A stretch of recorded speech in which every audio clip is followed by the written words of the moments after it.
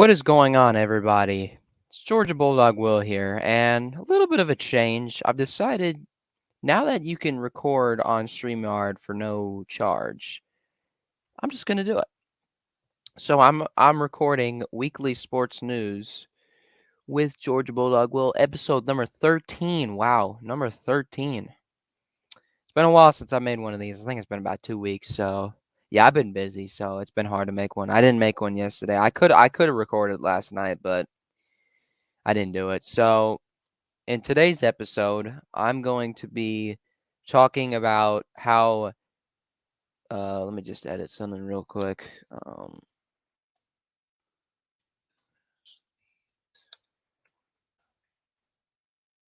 right. I'm going to be talking about. I'm going to recap Game 1 of the Hawks Celtics series. I'm going to preview the Game 1 of the first round of the Stanley Cup Playoffs between the New York Rangers and the New Jersey Devils. And I'm going to preview the upcoming series for the Atlanta Braves as they take on the San Diego Padres. So starting off with the Hawks did not. I mean, I I I applaud them for their effort to at least try and come back, but honestly, yeah, I'm not gonna do that. Honestly, that first half was just terrible. So the final score, I'll put it up here. Yeah, Boston now leads the series 1-0. Um, so yeah, as you could see in the box score up here, so here's the thing. Hawks were down by 10 entering the second quarter. They get outscored 45-25 in the second quarter. They are down by 30 entering halftime. In the third quarter, the Hawks wake up and they outscore the Celtics 31-20. And in the fourth quarter, they tried to come back, but the Celtics just held on. But the Hawks did outscore them in the fourth quarter, 24-18. So the Hawks won the second half, and they totally lost the first half. But the thing is, they lost the game. So let's go through the stats right here. I'm going to go through the team's stats. So the Hawks were 38 of 98. The Celtics were 42 of 88. So the Hawks had less field goal percentage. Three-pointers, as you know, the Celtics are very good at shooting the three-pointer. That's a very that's a thing with Boston this year. They've been very good for three-point range. Um, the Hawks were 5 of 29 from three-point range. That is not good at all. And the Celtics were 13 of 33. Free throws, the Hawks only missed 4. The Celtics missed 3. They got out-rebounded 58-45. They got more offensive rebounds, but less defensive rebounds. Hawks got more steals. They got 13 compared to the Celtics 6. The Hawks turned the ball over 11 times while the Celtics turned it over 17 times. Hawks scored 12 points off of Boston turnovers. Celtics scored 19 points off of Atlanta turnovers. Fast break points, Hawks had 17 and Celtics had 4. Jalen Johnson is the guy for fast break points for the Hawks. Points in the paint, both teams had 54, so they were even there. And the largest lead for the Hawks was 2. The largest lead for the Celtics was 32. Goodness me. Anyway, game leaders, as you could see, DeJounte Murray was the game leader for the Hawks with 24 points. Yeah, he was the leader in points for the Hawks with 24. For the Celtics, it was Jaylen Brown with 29. In rebounds, DeJounte Murray. Wow, Clint Capella didn't get more than him. I'm surprised. DeJounte Murray had 8 rebounds, and would you look at that? Jaylen Brown was the leader in rebounds for the Celtics. Assists, Trae Young had 8 assists for the Hawks, got 8 assists, and Derek White for the Celtics got 7 assists. So yeah, I'm surprised that Murray and Brown were the leaders in rebounds. So that surprises me, um, but yeah, honestly, it wasn't the worst game for the Hawks, but it needs to be better. The first half just needs to be a lot better than how it is. I mean, how you're down by sorry about that. You're down by 30 at halftime. I mean, that is just absolutely that is just horrible. I understand it's hard playing in an environment like like TD Garden, whether it's basketball or hockey. I mean, both teams are killing it this year that play there. The Celtics are killing it, and the Bruins are absolutely murdering everybody. So, yeah, so it wasn't the worst game for the Hawks, but it could be better. So let's see what game two has to bring us. And can the Hawks rebound? I mean, not as in like get rebounds. Can the Hawks win? Can we win game two and even the series up and have a series tie heading into Atlanta? I hope so. So we'll see about that. But that's gonna do it for the first topic. Yeah, only 6 minutes for that. But yeah, I expect honestly, I just expect everybody to work together. If we want to win this series, we need to play and work. We need to play like a team. We need to work together to create scoring opportunities. Pa- Move the basketball around. If you have a shot and you think you can make it, well, take it. But if it's a shot that's absolutely impossible and you can pass to somebody who could take a better shot, then the answer would be pass to that person. So that's how I see it. But honestly, just don't get off to a bad start like this again, and we can win game two. So yeah, that's how I view game two. I'm not doing a preview for game two in this episode.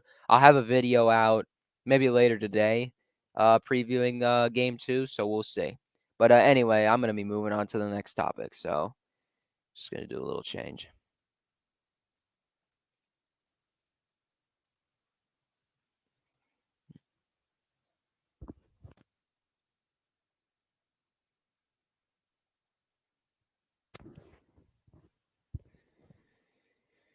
Alrighty, so enough with the Hawks there. That's enough of that tab. Rangers and Devils. All right, hold on a second. Let me just share the screen. Rangers and Devils. Okay.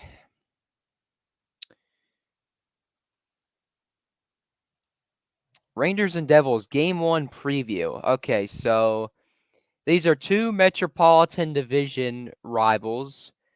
They are very well-known rivals. This is the Hudson River rivalry right here. This is the Battle of the Hudson River.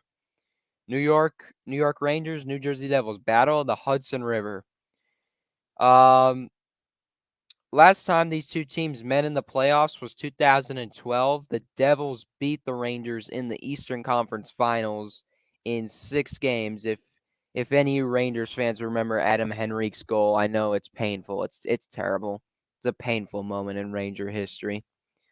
Um so yeah.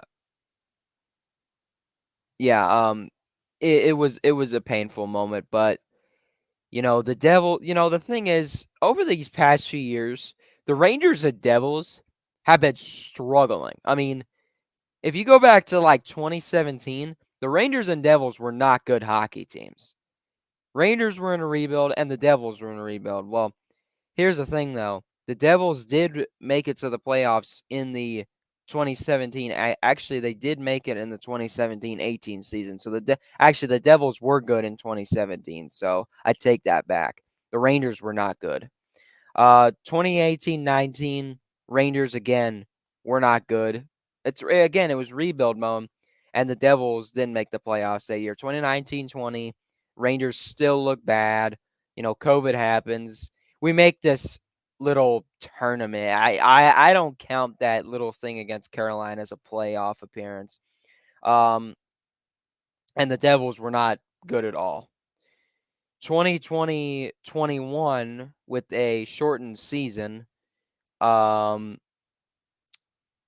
well, the Rangers just didn't do anything. The Rangers couldn't. The Rangers were solid, but they just fell apart at the end, and the Devils were not so. The Devils were okay. And now 2021-22, the Rangers get a new head coach, and this team becomes a really good hockey team. They make some really good acquisitions before the trade deadline, and that helped them make it all the way to the Eastern Conference Finals, which they lost in 6 games to the Tampa Bay Lightning. The Devils were not good. The Devils, they weren't so good last year. But now this year, both teams are killing it. The Devils had more regulation and overtime wins this season than the Rangers did. Rangers had 47. I think the Devils had like 53, something like that. Yeah, something like that. So the Devils get home ice advantage for the first 2 games of the series, which starts tomorrow. But going into this is going to be a really good series. I mean, whether we were going to play Carolina or New Jersey, it was going to be a really good series. So, Rangers and Devils, honestly, what I want to see out of the Rangers is I just want to see what can Patrick Kane do, because the reason why we acquired Kane, it's not to see how he does in the regular season. We signed him because he wants to win because we want him to win a cup with us. And we just want to win a cup regardless. Patrick Kane is not a New York Ranger, but just to see how he does to see how he does. Can he, like, how is he in like these few games? It's the playoffs. What I'm expecting Patrick Kane to look really good in the playoffs. Can we see that 2013, 2015, the 2010 the 2010 version of Patrick Kane, the 2013 version of Patrick Kane, the 2015 version of Patrick Kane, 3-time Stanley Cup champion with the Chicago Blackhawks. He's now with the Rangers. Can he win a cup with the Rangers? I hope so. But again, it's not just Kane. It's this entire team. The kid line. Philip Hedl, that kid line. Man, they've been so good this season. Watch out for the kid line. They could do damage out on the ice. They could do damage. Igor Shesterkin has had a good season. 37 wins. Yaroslav Halak had a slow start to the season. But then he picked up the pace. I remember in that game against Vegas, he played phenomenal. And ever since that game against Vegas, Halak's been great. For the Devils, Blackwood. Yeah, I've heard about Blackwood. Vanasek, I guess that's their main goalie because he has 33 wins. They're going to go with him. Yeah, he sounds pretty good. I haven't watched many Devils games. I mean, I remember seeing the Rangers. The only Rangers win this season against the Devils was in overtime at Madison Square Garden. Other than that, the Devils, they beat us in overtime. They beat us at the Garden, and they beat us 2-1 in the Prudential Center. So they won 3 out of 4 of the game, 3 out of 4 of the regular season games against the Rangers. Now it's playoff time. This is where it all matters. What can Artemi Panarin do? You see, he's the leader in points for the Rangers. For the Devils, you got Jack Hughes. That kid is really good. Jack Hughes is really good. So we got to do our best to slow him down. We got to do our best to slow him down. Mika Zibanejad has been phenomenal this season. 39 goals, 20 of them on the power play. Last year, it was always the Panarin to Mika one-timer, and he scores on the power play. That was the thing last year. And then teams started getting used to it, and it hasn't happened as much this season. And in assists, Artemi Panarin, 63 assists. And the thing is, Artemi Panarin and Patrick Kane were teammates in Chicago, so they know each other a lot. They're really good friends, so it's good to have them both on this team. And then Jack Hughes is the leader in assists. He has 56 of them. So, honestly, it's just a matter of, I think if the Rangers can win game 1, that could really be an important part of this series. If the Rangers can win game 1. They don't win game if they win game 1 and don't win game 2, that's fine. You'll have a series tie going back to Madison Square Garden. That's what you want. Because against Pittsburgh, we had home ice. We lost the first game. We won the second. Pittsburgh, we lost games 3 and 4. We were on the verge of elimination in game 5, but we beat them. Game 6 at Pittsburgh, again on the verge of elimination, but we beat the Penguins. Game 7, we win it in overtime.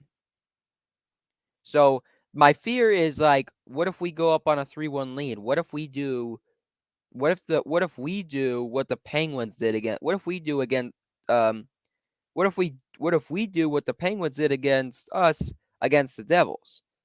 That's what I'm fearing. So this is where the Rangers really need to just play good hockey. Focus on everything you have to do, okay?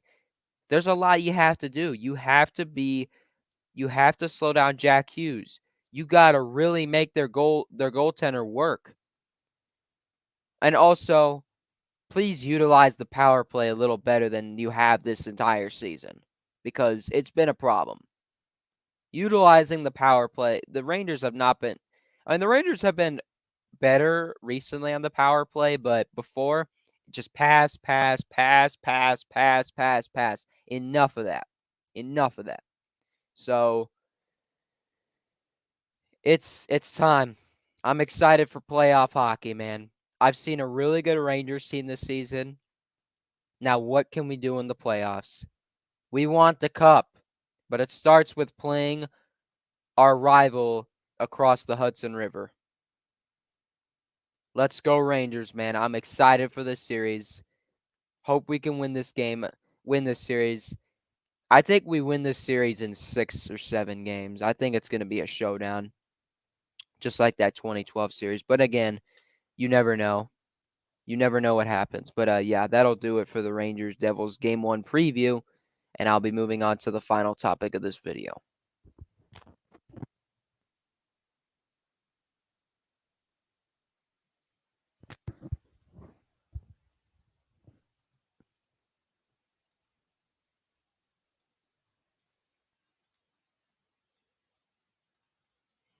All right. A Braves versus Padres preview. So tonight the Braves start a 3-game series against the San Diego Padres tonight in San Diego.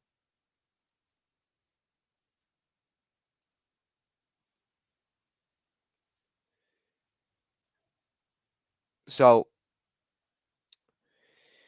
the Braves recently have been playing very, very good baseball.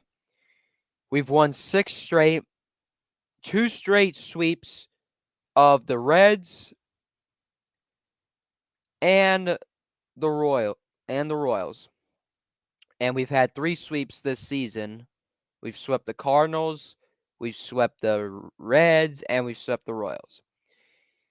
When we played the Padres in our first series at home this season, it wasn't that good. I mean, the home opener was a phenomenal game.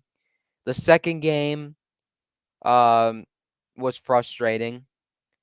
The third game was frustrating.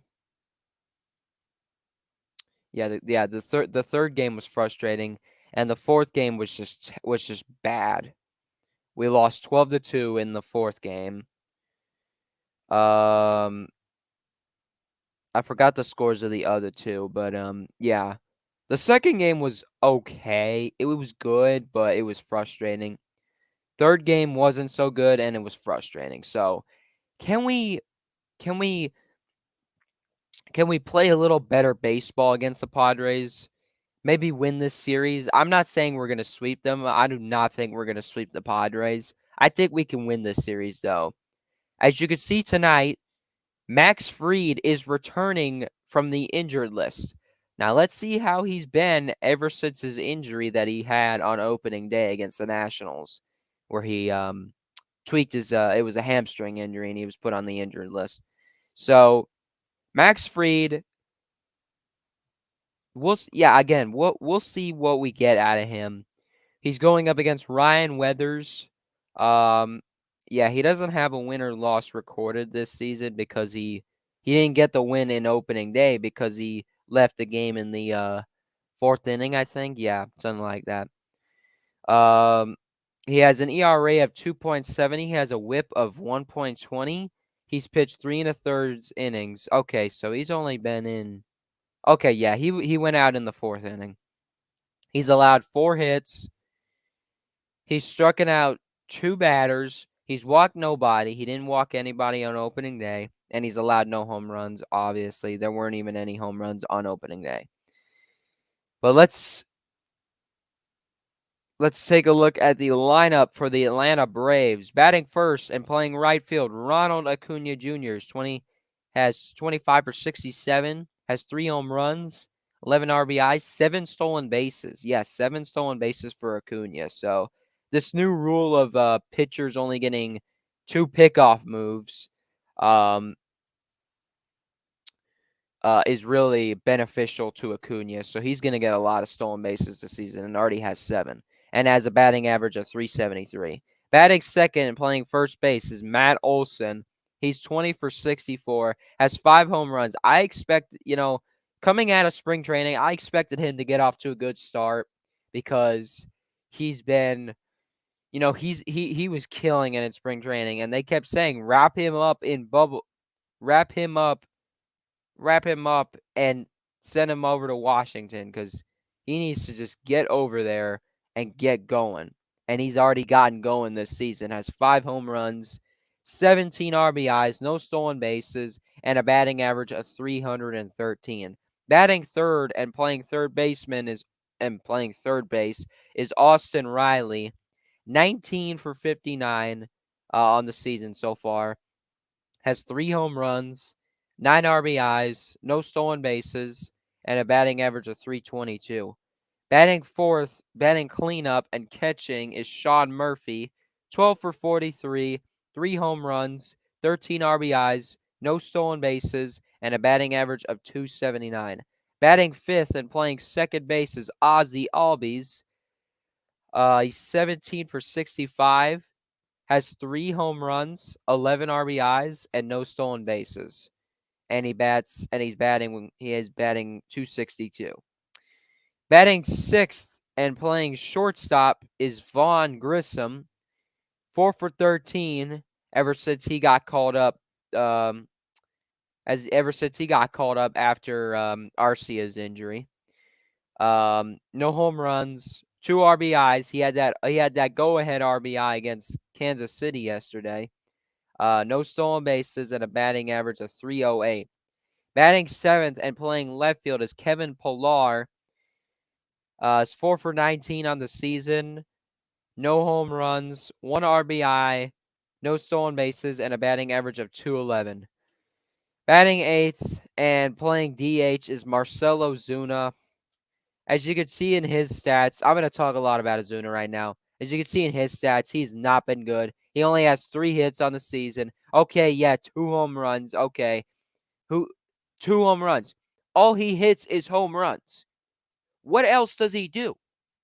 He doesn't drive runners in with like a single or a double. All he does is hit home runs. Hit home runs or strike out or ground out, fly out, pop out, foul out. You know what I mean? That's all he does. That's the only thing he provides is home runs. Other than that, he just strikes out, grounds out, etc. So I would not be surprised if Ozuna is cut by the All-Star break. Braves fans are booing him at games. I bet you there'll be some Braves fans in San Diego tonight.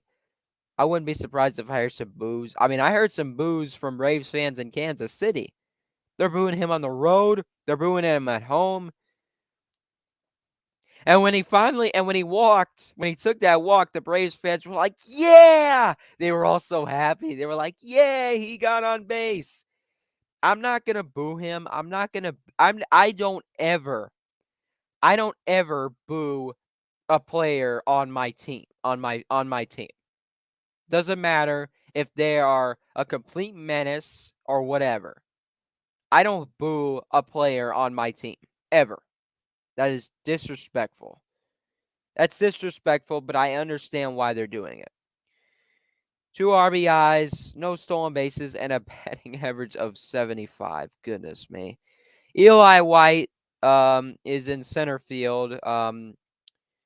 He's in for Michael Harris II, who is on the injured list. Yeah, Braves are piled up with injuries right now. 1 for 9, no home runs, no RBIs, no stolen bases, a batting average of 111. So, and speaking of IL, Max Fried's returning off of the IL in tonight, so it's good to have him back. I'm excited for it. I'm excited to see Fried return. Let's take a look at the leaders right here. Matt Olson, yep, home runs is Matt Olson with 5. For the Padres is Xander Bogaerts with 4. Oh, I'll go through the San Diego lineup. Oh, well, their lineup's not available. San Diego, yeah, Xander Bogaerts has 4 home runs, so getting off to a good start after the Red Sox traded him.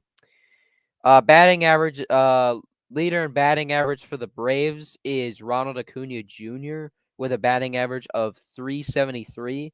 For the Padres, it's Xander Bogaerts with 350 with a batting average of 354. RBIs for the Braves is 17 is Matt Olson with 17. For the Padres is Nelson Cruz with 12. That's a veteran right there. They're favoring the Braves in this game. Yeah, I could see they're favoring them, but don't just full on favorite the Braves, okay? You never know. San Diego was really a struggle for us at home. Despite getting the home opener win, they won that series, so it was frustrating, but well, let's get back at them. They lead the season series 3-1. So if the Braves can win 2 out of 3, the Padres would win this series 4-3. If the Braves can sweep them, it'll be a series tie. So yeah. Yeah, that's basically it for Weekly Sports News episode 13 with Georgia Bulldog Will. Um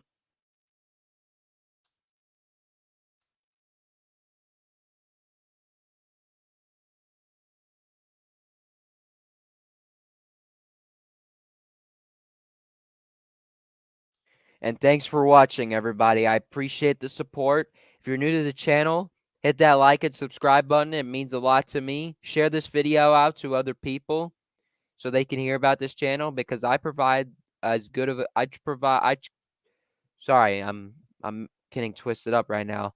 I try to put out as much content as possible every week. Um manage my time between all the things I got to do. So it's not easy for me to put out content all the time. So I just do it whenever I can. So now was a good time. So yeah. Yeah, this is episode 13 of Weekly Sports News. And yeah, that's going to do it. I will see you guys later. Uh go Hawks, go Rangers, and go Braves. Take care, everybody.